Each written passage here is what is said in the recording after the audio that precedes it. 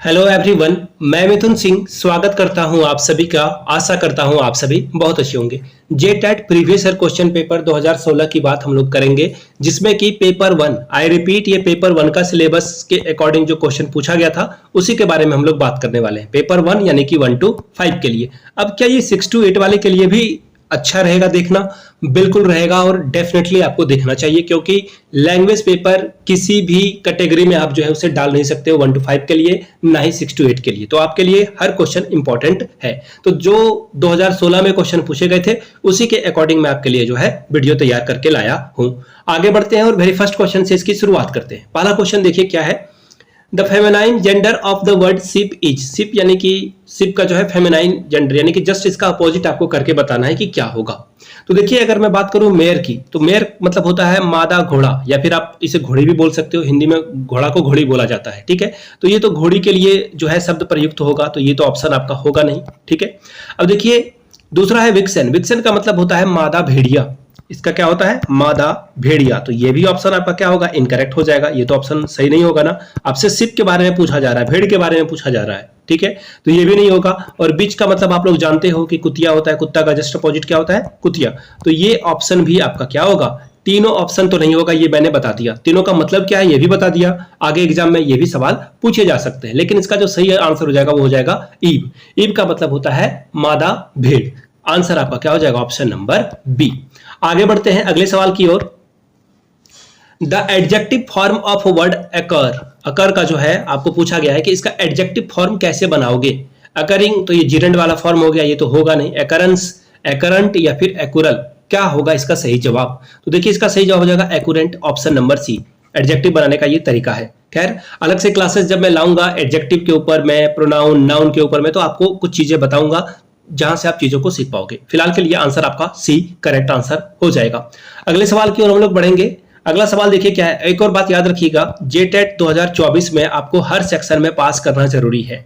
आप अगर overall 90% number, 90 number ले भी आते हो तो भी आपका काम नहीं बनेगा। अगर सपोज कर लो इंग्लिश में आपका जो है जो रिक्वायर्ड नंबर है, जैसे कि हिंदी और इंग्लिश मिलाकर 30 है, अगर आप उसमें 12 नंबर नहीं लाते हो, 11 नंबर ही लाते हो, इंग्लिश अगर आपकी खराब है, तो आप फेल हो जाओगे, आप पास नहीं कर पाओगे, भले ही आप 90 नंबर ले आओ। तो इन चीजों को ध्यान में आप रखिएगा। अगला सवाल देखिए क्या पूछा गया है। Development new rule and principle, ध्यान से पढ़िएगा। न्यू रूल और जो प्रिंसिपल है, अगर ये जो है इसके बेसिस पे जो फैक्ट दिया गया है और इंफॉर्मेशन दिया गया है मेमोरी लेवल को क्या कहते हैं? फिर से पढ़ देता हूं। Development new rule and principal on the basis of the given fact and information in memory level is called. देखो ये सवाल आपसे पूछा गया कि इसको क्या कहते हैं हम लोग। ये है सवाल। एसिमिलेशन कहते हैं, जनरलाइजेशन कहते हैं, एप्लीकेशन कहते हैं, या फिर एसोसिएशन कहते हैं। देखिए मैं आपको एक पिक्चर दिखाऊंगा, यहां से आप चीजों को समझ पाओगे। ये देखिए, ये एक बच्चा है, इसने जो है कौवा को उड़ते हुए देखा, तो इसकी माँ ने कहा कि बेटा ये जो है कौवा है या फिर चिड़िया है जो कि आकाश में उड़ती है। अब बच्चे ने एरोप्लेन को देख लिया और सोचा कि ये तो चिड़िया उड़ रही है। फिर उसने माँ को कहा देखो माँ ये चिड़िया उड़ रही है। तो माँ ने कहा नहीं बेटे ऐसा नहीं होता है, नॉन लिविंग थिंग्स भी जो है आसमान में उड़ती है, स्काई में उड़ती है। और ये क्या है? एरोप्लेन है या हेलीकॉप्टर, और भी चीजें जो है जेट वगैरह जो है वो भी हवा में उड़ती है, और इसे भी जो है चिड़िया की तरह आप मान सकते हो। तो बच्चे ने यहाँ पे क्या किया? एकोमोडेशन कर लिया। पहले इसने सीखा कि सिर्फ और सिर्फ क्या होता है? बर्ड ही जो है आकाश में उड़ती है। पहले इसने ये समझ लिया था और हर उड़ने वाली चीज को ये बर्ड समझ रहा था। तो ये क्या था? एसिमुलेशन था। आगे देखिए, एकोमोडेशन में इसने क्या किया कि जब इसने सीखा कि बर्ड के अलावा जो है एरोप्लेन, हेलीकॉप्टर या फिर और 10 तरह की चीजें आसमान में उड़ सकती है, तो उसे किससे एसोसिएट कर दिया? उसे जो है एकोमोडेशन से कर दिया। तो जब इसके बारे में पूछा जाए तो आपको एकोमोडेशन लगाना है। लेकिन अगर आप ये अभी फिलहाल जो आपसे पूछा गया था कि जब पहली बार नया रूल या फिर नया प्रिंसिपल के बारे में बताया जाता है कि उड़ने वाली चीज को, जैसे माँ ने कह दिया कि ये बर्ड है, तो नए रूल और नए प्रिंसिपल को क्या कहेंगे हम लोग? एसिमुलेशन कहेंगे। ऑप्शन ए आपका सही जवाब हो जाएगा। आगे बढ़ेंगे अगले सवाल की ओर। इन अ गुड कम्युनिकेटर, यानी कि जो अच्छे से बात कर सके, आपको अच्छे से समझा सके, कम्युनिकेट कर सके, अपनी बात को रख सके, उसे क्या होना जरूरी है? किन किन बातों का उसके अंदर होना जरूरी है, किन किन गुणों का होना जरूरी है? पहला देखिए बोला गया है healthy body should be must. देखिए हेल्दी बॉडी होना बहुत जरूरी तो नहीं माना जाएगा, बट हेल्दी बॉडी होना किसी तरह से गलत नहीं है, इसे भी हम लोग कंसीडर करेंगे, सही है। अगला pleasant personality should be must, ये भी सही बात है कि चेहरा जो है उसका हंसमुख होना चाहिए, प्लीजेंट पर्सनैलिटी की होनी चाहिए। Clear and correct pronunciation should be must, यानी कि वो सही सही पढ़े और सही सही से चीजों को पढ़कर आपको समझा सके या बोल सके, ये तो सही बात है। अब बोलोगे ये तो तीनों आप सही बता रहे हो, चौथा वाला भी पढ़ लेते हैं। शुड स्पीक फ्लुएंटली, यानी कि वो जो है फ्लुएंटली, बिल्कुल धारा प्रवाह, यानी कि एक बार में जो है कहीं पे अटके नहीं, बिना अटके स्टम्बल किए जो वो चीजों को बोल सके।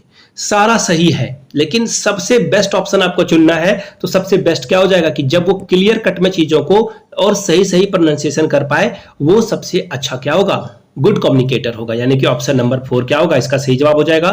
4 का जो आंसर हो जाएगा वो सी आंसर क्या हो जाएगा, करेक्ट आंसर हो जाएगा। आगे बढ़ेंगे। लर्नर डिस्प्ले इंडिविजुअल डिफरेंस, यानी कि हर लर्नर, जैसे सपोज कर लो कि क्लास में ए लड़का है, ए लड़का क्या है, इसे मान लेते हैं आस्था, इसका नाम रख लेते हैं। बी है, बी से बबलू हो गया, और सी से चिंटू हो गया। ए आस्था है, बी बबलू है, सी चिंटू है। तीनों अलग अलग बच्चे हैं, तीनों अलग अलग फैमिली से आ रहे हैं पढ़ने के लिए।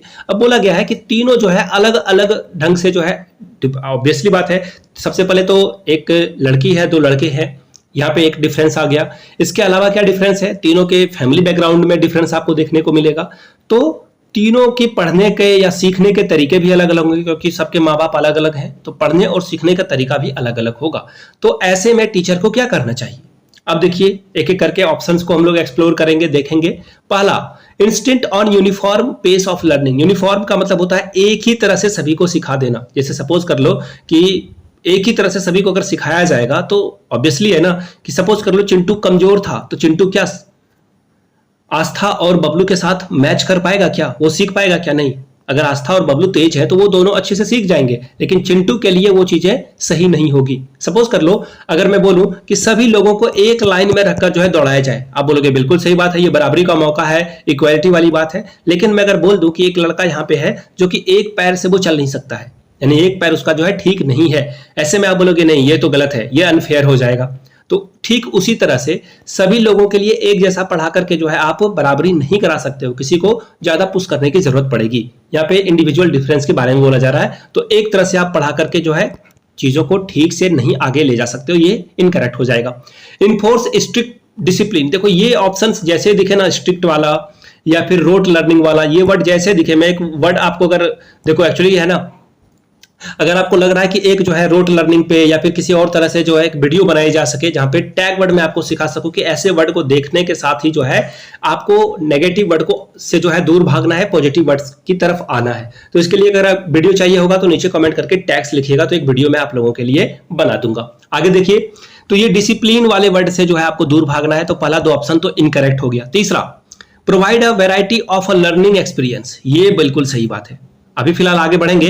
इंक्रीज नंबर ऑफ टेस्ट, देखो ये टेस्ट वाला वर्ड भी नेगेटिव वर्ड में ही आता है, यानी कि टेस्ट कंडक्ट करा लोगे, रोट लर्निंग करा दोगे, तो ये सब गलत बात है। आपको बच्चे को क्या करना होगा, रियल लाइफ एक्सपीरियंस देना होगा। सपोज कर लो कि बीज से यानी कि सीड से जो है पौधा कैसे बनता है, ये प्रोसेस अगर आप उसे घर में चना के जो उसका जर्मिनेशन होता है वो अगर करके दिखा दोगे तो बच्चा आसानी से सीख जाएगा।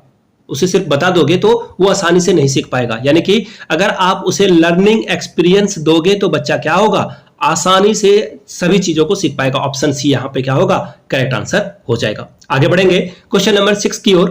The opposite of the word seldom, seldom का अपोजिट वर्ड क्या है, या सेलम भी पढ़ते हैं, डी साइलेंट हो जाता है, तो सेल्डम का अपोजिट वर्ड क्या है। तो देखिए सेल्डम का मतलब होता है कभी कभी या फिर बहुत रेयरली, कभी कभी होने वाली चीजों को हम लोग सेल्डम के तौर पे यूज करते हैं। अब देखिए रेयरली का भी मतलब वही होता है कभी कभी, है। उसके बाद देखो ओकेजनली का भी मतलब होता है कभी कभी, और समटाइम्स का भी मतलब होता है कभी कभी। तो ये सब क्या है, इसके साइनो वर्ड है, लेकिन आपसे पूछा क्या गया है, अपोजिट वर्ड। तो देखिए अपोजिट वर्ड हो जाएगा ऑफेन या फिर ऑप्टेन। ऑप्टेन का मतलब हो गया कि जो चीजें हैं बार बार होती हो, जो चीजें बार बार होती हो उसे हम लोग क्या बोलेंगे, ऑप्टेन बोलेंगे। यानी कि डी आंसर क्या होगा आपका, बिल्कुल करेक्ट आंसर हो जाएगा। Question number 7, state the incident in a nutshell. देखिए इंसिडेंट इन अ नटसेल के बारे में आपसे पूछा गया है, इसी के बारे में सवाल पूछा गया है कि ये जो अंडरलाइन वर्ड है इस फ्रेज का क्या मतलब है। देखिए ये फ्रेज के ऊपर भी मैं आप लोगों के लिए एक जो है सोच रहा हूं कि एक वीडियो लाया जाए। देखिए मेरी प्लानिंग बहुत बड़ी बड़ी है। मैं आप लोगों से चाहता हूं कि अगर आपको फ्रेज के ऊपर में 50 क्वेश्चन वाली वीडियो चाहिए होगी तो नीचे कमेंट करके 50 क्वेश्चन लिख दोगे, तो फ्रेज से जो भी क्वेश्चन पूछे जाते हैं बार बार उसके ऊपर मैं आप लोगों के लिए वीडियो बना दूंगा। पूछा क्या गया है कि the incident in nutshell का मतलब होता है, देखो एक्चुअली आप ना यूट्यूब पे बहुत सारे चैनल देखते होंगे जो पूरे फिल्म को 3 घंटे या 2.5 घंटे की फिल्म को जो है 10 से 15 मिनट में एक्सप्लेन कर देते हैं। तो देखना वो बोलते हैं नट सेल, वो क्या बोलते हैं, नट सेल। इसका मतलब होता है किसी चीज को संक्षिप्त या फिर काट करके बताना। आप लोगों ने भी जो है बहुत बार हिंदी या जिनका लिटरेचर रहा होगा उन्होंने देखा होगा संक्षिप्तीकरण आपसे बोला जाता है, पूरे कहानी को शॉर्ट में आप लिखकर बताइए। तो यहां पूछा गया है नट सेल का क्या मतलब हो जाएगा, ब्रीफ। ब्रीफ का मतलब ही होता है शॉर्ट में आप जो है चीजों को, सभी इंपॉर्टेंट इंफॉर्मेशन को लेकर आगे बढ़ोगे। डिटेल का मतलब होता है सब कुछ बताना, तो ये ऑप्शन इनकरेक्ट हो जाएगा। पिक्चरल मतलब होता है किसी चीज को पिक्चर के माध्यम से बताना। एज इट इज नहीं, ये तो होगा नहीं, तो ऑप्शन ए आपका क्या होगा, सही जवाब हो जाएगा। बढ़ेंगे क्वेश्चन नंबर 8 की ओर। क्या है, I shall have finished the work by the late evening, यानी कि मुझे इस काम को लेट इवनिंग तक खत्म कर देना होगा। आई शैल हैव है, अब पूछा गया है आई शैल हैव जो है किस टेंस में देखने को मिलता है। तो याद रखिएगा पहला जो पास्ट परफेक्ट टेंस है इसका स्ट्रक्चर क्या होता है वो मैं लिख देता हूं। सब्जेक्ट आएगा, फिर हैड आएगा और फिर इसमें V3 आएगा। अब देखो, और फिर बाद में ऑब्जेक्ट आ जाएगा। तो सेल प्लस हेड, हेड वाला ऑप्शन है क्या, नहीं है, ये तो कट गया। यहां देखो सेल हैव है, यहां पे हेड का कोई चांस ही नहीं बनता है, तो ये पास्ट परफेक्ट होगा नहीं। फिर है present perfect tense. Present perfect tense में देखिए सब्जेक्ट आता है, फिर आता है हैव और फिर आता है V3। अब देखो यहाँ पे V3, हैव के बाद V3, सेल और हैव दोनों आया है क्या, नहीं, तो ये भी ऑप्शन क्या हो गया, गलत हो जाएगा। तीसरे ऑप्शन की ओर हम लोग बढ़ते हैं फ्यूचर परफेक्ट टेंस में। तो देखिए इसका स्ट्रक्चर क्या होता है, सब्जेक्ट प्लस विल हैव और या फिर स्लैश दे रहा हूं यहाँ पे, या फिर यहाँ पे आपको सेल हैव देखने को मिलेगा। क्या देखने को मिलेगा, सेल हैव देखने को मिलेगा। और यही आपका सही जवाब है, यही आपका क्या है, सही जवाब है फ्यूचर। और वैसे भी आप देखो, मैं ये काम आज शाम तक कर दूंगा, फ्यूचर की बात हो रही है, तो पास्ट प्रेजेंट कभी आ सकेगा क्या। ऐसे भी आप अगर कॉमन सेंस लगाते तो ऑप्शन सी आपका क्या होता, सही जवाब हो जाता। दोनों तक मेथड है, लेकिन मैं फिर से कहता हूं सारे टेंस के स्ट्रक्चर आपको याद होने चाहिए, तभी आप अच्छा एग्जाम में परफॉर्मेंस दे पाओगे। अगला सवाल क्वेश्चन नंबर 9। ये देखिए एक पैसेज दिया गया था और इस पैसेज के माध्यम से आपको आंसर करना था। देखते हैं, schools of thought can be explained as. तो ग्रुप्स ऑफ थॉट का क्या काम है, यानी स्कूल ऑफ थॉट का क्या काम है। तो देखिए स्कूल ऑफ थॉट्स, अगर इस पूरे पैसेज को आप ध्यान से पढ़ोगे तो यहाँ पे देखिए क्या बोला गया, ideas of different schools of thought on question of education, यानी कि अलग अलग जगह के लोग, अलग अलग विद्वान स्कॉलर जो है अलग अलग जो है प्रॉब्लम को जो है मिलकर आइडिया क्रिएट करें और उसका समाधान निकालें, इसका मतलब ये है। तो यहाँ बोला गया पहला, group of people who job is to think, यानी कि उनका काम है कि वो सोचे, तो ऐसा तो बिल्कुल नहीं है। दूसरा है group of people who are school to think, यानी कि उनको स्कूल में इसलिए दिया गया ताकि वो सोच पाए, बिल्कुल गलत बात है।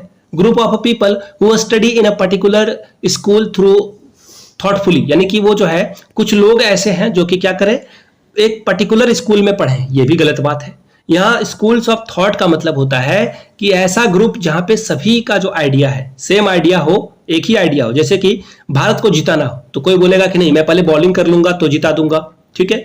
अब किसी दूसरे का होगा कि नहीं हम लोग बैटिंग करके बहुत अच्छा स्कोर करेंगे और हम लोग फिर इंडिया को जिता देंगे। तो देखो जिताना इंडिया को ही है, यानी कि सेम आइडिया पे ही काम हो रहा है, लेकिन परसेप्शन अलग अलग है। जैसे सपोज कर लो कि अगर एक खिचड़ी बनाने की प्रतियोगिता आयोजित की जाती है, ठीक है, कि अच्छी खिचड़ी बनाना है, ठीक है, दो भाई बहन मिलकर जो है इस प्रतियोगिता को जीतना चाहते हैं और भी लोग पार्टिसिपेंट हैं यहाँ पे। तो देखो दोनों भाई बहन चाह रहे हैं कि खिचड़ी तो बनाना है, खिचड़ी बनाने का तरीका सभी के पास अलग अलग है, उसी को बोलते हैं परसेप्शन, या फिर सोचने का तरीका, देखने का तरीका क्या है, अलग अलग है, खास करके एक ही सब्जेक्ट पे। तो ये आपका क्या होगा, सही जवाब हो जाएगा, डी इसका सही जवाब हो जाएगा। आगे बढ़ेंगे question number 10, opposite of the content in the passage means, इसका क्या मतलब होगा। तो देखिए यहाँ पे सबसे पहले अपोजिट वर्ड पूछा गया, यहां से देख लीजिए, ठीक है, क्या पूछा गया है, कंटेंट का क्या अपोजिट वर्ड होगा। तो कंटेंट का मतलब क्या होता है पहले ये जानना बहुत जरूरी है। देखो सबसे पहले कंटेंट का मतलब होता है जिसमें भेदभाव हो जाए, क्या हो जाए, जो आपका नीचे गिराने की प्रवृत्ति आ जाए, ठीक है, आपको नीचे खींचने की प्रवृत्ति आ जाए, तो वहां पे क्या हो जाएगा, इसका अपोजिट वर्ड क्या होगा। अगर ध्यान से आप देखोगे आपको ऐसे ही इसका जो है वर्ड का मतलब मिल जाएगा। देखो सपोर्ट वाला वर्ड आपको अगर दिख रहा है ऑप्शन नंबर ए में, इसका क्या मतलब हो जाएगा, सपोर्ट का मतलब होता है किसी को उठाना, ठीक है। तो यहाँ पे देखिए क्या बोला गया, कंटेंट का मतलब होता है किसी समस्या या मुश्किल का सामना करना। तो सपोर्ट का मतलब क्या होता है, आप मुसीबत में हो, आपको क्या करेगा, सपोर्ट कर देगा। तो ये वर्ड हो गया कि आप जहाँ पे मुसीबत को फेस कर रहे हो, और सपोर्ट में क्या है कि आपको कोई आगे बढ़ाने की कोशिश कर रहा है, तो इसका सेम जो अपोजिट वर्ड हो जाएगा वो हो जाएगा कंटेंट का सपोर्ट। ठीक है। और वैसे भी देखो यहाँ पे कुछ और वर्ड है। विश का मतलब होता है किसी को शुभकामनाएं प्रेषित करना, यानी कि अच्छे जीवन में वो कुछ आगे बढ़े। क्वारल का मतलब होता है झगड़ा, लड़ाई झगड़ा की बात हो रही है यहाँ पे, तो ये तो होगा नहीं यहाँ पे। ठीक है। रियलाइज का मतलब होता है एहसास हो जाना किसी चीज का, कि आपने कुछ जो है खा लिया जो कि आपको नहीं खाना चाहिए था, ये एहसास बाद में होता है आदमी को। आगे बढ़ेंगे, question number 11। Pick out a word, यानी कि आपको एक वर्ड चुनना है पैसेज से जिसका सेम मीनिंग होता है टू और मोर थिंग, यानी कि दो या दो से ज्यादा। ठीक है। डीलिंग विथ, देखो ये to find a way to dealing with to, देखो एक्चुअली क्या ना, दो या दो से अधिक चीजों के को एक साथ डील करने वाले को क्या बोलते हैं, उसे क्या बोलेंगे, एक्सपर्ट बोलेंगे, कॉन्करेंट बोलेंगे, कॉन्साइल बोलेंगे, या फिर आउटलुक बोलेंगे। देखिए बहुत बहुत अच्छा क्वेश्चन है ये। देखो ये मैं एक बात बता देता हूं आपको, जो भी स्टेट वाले एग्जामिनेशन होते हैं, जैसे झारखंड का एग्जाम हो रहा है, इस तरह के एग्जामिनेशन में आपको वर्ड पावर बढ़ाने की बहुत जरूरत है। इंग्लिश में वर्ड वाले क्वेश्चन बहुत रहते हैं, इडियम फ्रेज रहेगा। तो मैंने आप लोगों के लिए देखिए इंग्लिश का नोट्स तैयार कर रहा हूं मैं। जिनको नोट्स चाहिए होगा सीडीपी, इंग्लिश, हिंदी, इसके अलावा मैथमेटिक्स के भी कुछ मैं टॉपिक आपको दे दूंगा ताकि आप अच्छे से तैयारी कर पाओ इसकी। इसके लिए आपको क्या करना होगा, एक छोटा सा अमाउंट पे करना है। जी हाँ, 499 का, 500 रुपए में मैं आपको सारे नोट्स प्रोवाइड कर दूंगा टाइम टू टाइम। याद रखिएगा, टाइम टू टाइम आपको सारे नोट्स मिलेंगे, एक बार सारे नोट्स नहीं मिलेंगे, क्योंकि मैं आपके लिए नोट्स तैयार ही कर रहा हूं। और अभी तक जो है as of such of now जो है कुछ भी ऑफिशियल कॉन्क्रीट एविडेंस नहीं आया है कि यही जो है सिलेबस में रहने वाला है। तो ऐसे में सिलेबस जब तक फाइनल नहीं आ जाता है, जब तक जो है फाइनल नहीं आ जाता है, तब तक जो है हम लोग किसी भी चीज को लेकर जो है डील नहीं करने वाले हैं। तो फिलहाल आपको एक एक करके नोट्स मिल जाएगा। यहां से मेरी ईमेल आईडी देख लो, yourmithunsingh@gmail.com पे आप मुझे मेल कर सकते हो। इंस्टा पे हो then do follow me @imithunsingh, वहां पे जो है आप मुझे मैसेज कर लीजिए अगर आपको नोट चाहिए होगा तो। चलिए आगे बढ़ेंगे। देखिए क्वेश्चन आपसे क्या पूछा गया है, मैं फिर से एक बार आप लोगों के लिए पढ़ देता हूं। आपको पैसेज से वो एक वर्ड चुनना है, वो एक वर्ड जो है पिक आउट करने का मतलब होता है चुनना होता है, जहां से आप पता करोगे find a way dealing with a two and more thing, यानी कि आप ऐसे वर्ड को चुनोगे जिसका मतलब होता है कि आप डील कर रहे हो दो या दो से ज्यादा चीजों से। देखिए आपको मैं पैसेज की ओर लेकर चलता हूं ताकि आपको खुद से वो वर्ड मिल सके। It is difficult to reconcile the idea of, देखो यहाँ पे जो रिकॉन्साइल है ना, डिफिकल्ट टू, यानी कि दो से ज्यादा चीजों को एक साथ डील करने में क्या होगी, डिफिकल्ट तो होगी ही होगी। देखिए हिंट से आपको भी कुछ आइडिया लग गया, यानी कि आंसर क्या हो जाएगा, ऑप्शन नंबर सी हो जाएगा। एक्सपर्ट का मतलब होता है किसी चीज में जिसने महारत हासिल कर ली हो, जैसे कि जो इंग्लिश लगातार 10 सालों से पढ़ रहा है तो वो इंग्लिश के किसी भी वर्ड को या फिर किसी भी क्वेश्चन को जो है डील कर सकेगा, बना सकेगा, तो वो क्या हो गया, इंग्लिश का एक्सपर्ट हो गया। तो आंसर फिलहाल क्या हो जाएगा, ऑप्शन नंबर सी हो जाएगा। आगे बढ़ेंगे। विच one of the following is correct about development, development के बारे में आपसे देखो एक सवाल आता है ना कि सिलेबस आया नहीं तो पढ़ें कैसे। देखिए सीटेट के पैटर्न पे आप पढ़ो, 15 जो क्वेश्चन होंगे ना उसमें से कुछ क्वेश्चन तो आपको डायरेक्ट क्वेश्चन ऐसे पूछे जाएंगे जो कि पैडागोजी से संबंधित हो। तो देखिए क्वेश्चन पहला आ गया है पैडागोजी से संबंधित, इससे पहले एसिमिलेशन और एकोमोडेशन वाला सवाल आया था। फिलहाल यहां देख लीजिए क्या बोला गया है, which one of the following is correct about development, development के बारे में क्या सही है वो बताना है। Development begin and ends at birth, यानी कि जो डेवलपमेंट की शुरुआत और अंत होती है वो बर्थ के समय हो जाती है, यानी कि बच्चे के पैदा होते ही डेवलपमेंट भी हो जाता है, शुरू भी और खत्म भी हो जाता है। ऐसा होता है क्या, बचपन में जो बच्चा पैदा होता है उससे पहले से ही उसका डेवलपमेंट शुरू होता है और जो कि मरने से ठीक पहले तक चलता रहता है, यानी कि ऑप्शन ए क्या है, गलत है। अगला है डेवलपमेंट इज डिस्क्रीट, डिस्क्रीट का मतलब होता है अलग अलग है, डेवलपमेंट अलग अलग नहीं है, ये सबके लिए अलग अलग है बट डेवलपमेंट अलग नहीं होता है।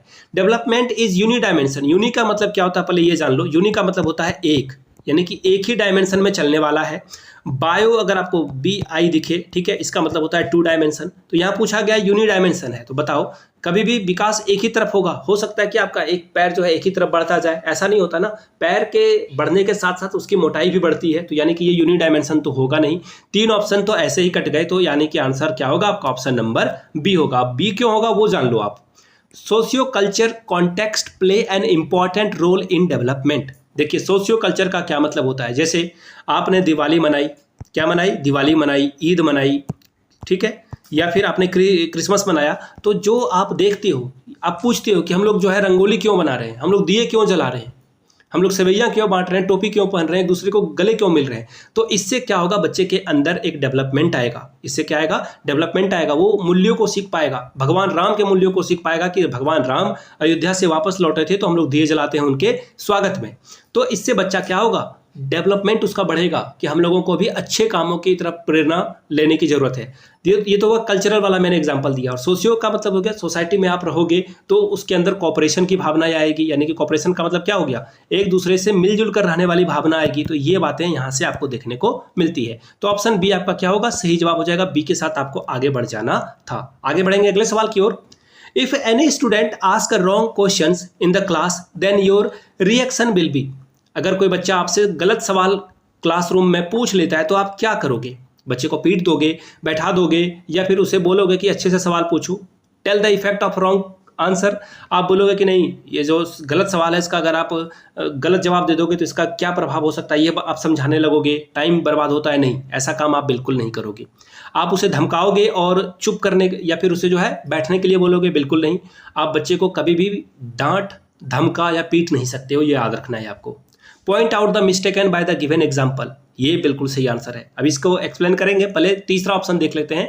Correct the question and with other student. नहीं, आपको क्वेश्चन तो करेक्ट करना है लेकिन अदर स्टूडेंट के माध्यम से नहीं, कि उसे जो है उसे जो है सेम फील नहीं कराना है। सेम फील का मतलब होता है लज्जित नहीं करना है क्लास में, ठीक है।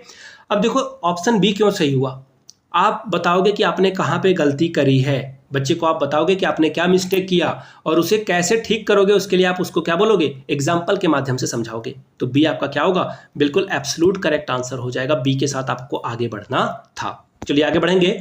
Question number 14। देखिए एक छोटा सा पैसेज दिया हुआ है और आपसे इससे सवाल पूछा गया है। हियर ट्रिबलिंग का मतलब क्या होता है। देखिए एक सवाल है विंड के बारे में, हवा के बारे में पूछा गया है कि विंड को ना आप देख सकते हो, फील कर सकते हो आप इसे, ठीक है। तो देखिए विंड जब आता है तो पत्तियां क्या करती है, ट्रिम्बलिंग करती है। देखना बैठ के आप पैर हिलाते रहते हो तो आप क्या करते हो, ट्रिम्बलिंग करते हो, ठीक है। कांपना जिसे बोलते हैं, वाइब्रेशन का ही एक वर्ड है, सिनोनिम वर्ड है ट्रिम्बलिंग। तो ये क्या हो जाएगा, शेकिंग। जैसे कि सपोज कर लो कि आप बोतल में ग्लूकोन डी मिलाकर जो है पीने वाले हो, तो आप क्या करते हो, शेक करते हो। या फिर कोई जूस वगैरह रखा हुआ है बहुत दिनों से, तो आप उसे शेक करते हो, देन आप जो है उसे पीते हो। तो ये आंसर क्या हो जाएगा, ऑप्शन नंबर ए। वो क्या हो जाएगा, शेक हो जाएगा। मूव का मतलब होता है एक जगह से रखा हुआ है वो दूसरी जगह चला जाएगा। शेक में देखो नहीं होता है, शेक में क्या है, बोतल के अंदर पानी है वहीं रहेगा, लेकिन ए प्लेस से दूसरे प्लेस की ओर नहीं जाएगा वो, ठीक है। यानी कि स्थान परिवर्तित नहीं करेगा। फॉलिंग का मतलब होता है यहाँ पर है पोजीशन ए पर, कुछ देर के बाद पोजीशन बी पे नीचे गिर के आ गया, तो ये क्या हो गया, ये फॉल कर गया, नीचे गिर गया। फ्लाइंग का मतलब हुआ ऑप्शन ए नीचे में पड़ा हुआ था, थोड़ी देर के बाद ऑप्शन बी में चला गया या फिर पोजीशन बी में चला गया, तो ये क्या हुआ, फ्लाई करके ऊपर चला गया। तो आंसर आपका क्या हो जाएगा, ऑप्शन नंबर ए सही जवाब हो जाएगा। अगला देखिए, neither you nor I here you refers to. देखिए जब भी पोएट या फिर जो ऑथर है, राइटर है, बुक का राइटर होता है या फिर पोएट होता है, वो बात किससे करता है, वो अपने ऑडियंस से बात करता है, दर्शक से बात करता है, आपसे बात करता है, रीडर से बात करता है। किससे बात करता है, रीडर से बात करता है। तो यहाँ पे नाइदर यू यानी कि ना ही तुम ना ही मैं, तो यहाँ पे जो यू वर्ड है ये किसके लिए आया, पोएट के फ्रेंड के लिए बिल्कुल नहीं, ट्री के लिए नहीं, पासर्स के लिए नहीं, बल्कि ये किसके लिए आया है, रीडर के लिए। देखिए कोई भी कविता लिखता है, कभी कभी वो अपने बेटे बेटियों के लिए लिख लेता है, वो अलग बात है, लेकिन आप अगर इस कविता को पढ़ोगे तो यहाँ पे बोला गया है who has seen the wind, किसने हवा को देखा है, नाइदर आई नोर यू यानी कि ना ही मैंने देखा है ना ही तुमने देखा है। तो तुम यहाँ पे कौन आ जाएगा, तुम, हम लोग आ जाएंगे, रीडर जो इसको पढ़ रहे हैं। तो ये 15 क्वेश्चन था क्लास 1 to 5 का, जो मैंने आप लोगों के लिए करा दिया है। जिनको नोट्स चाहिए होगा मैंने ईमेल आईडी पहले ही बता दी है और इंस्टा आईडी भी आप लोग मेल कर लीजिएगा। फिलहाल सीडीपी की क्लास अगर आपको चाहिए होगी और वीडियो आपने यहाँ तक देखी, अच्छा लगा है, तो नीचे कमेंट करके सीडीपी लिखिएगा, कल तक आपको सीडीपी की वीडियो मिल जाएगी। वीडियो को यहाँ तक देखने के लिए आप सभी का बहुत बहुत शुक्रिया। Have a good day.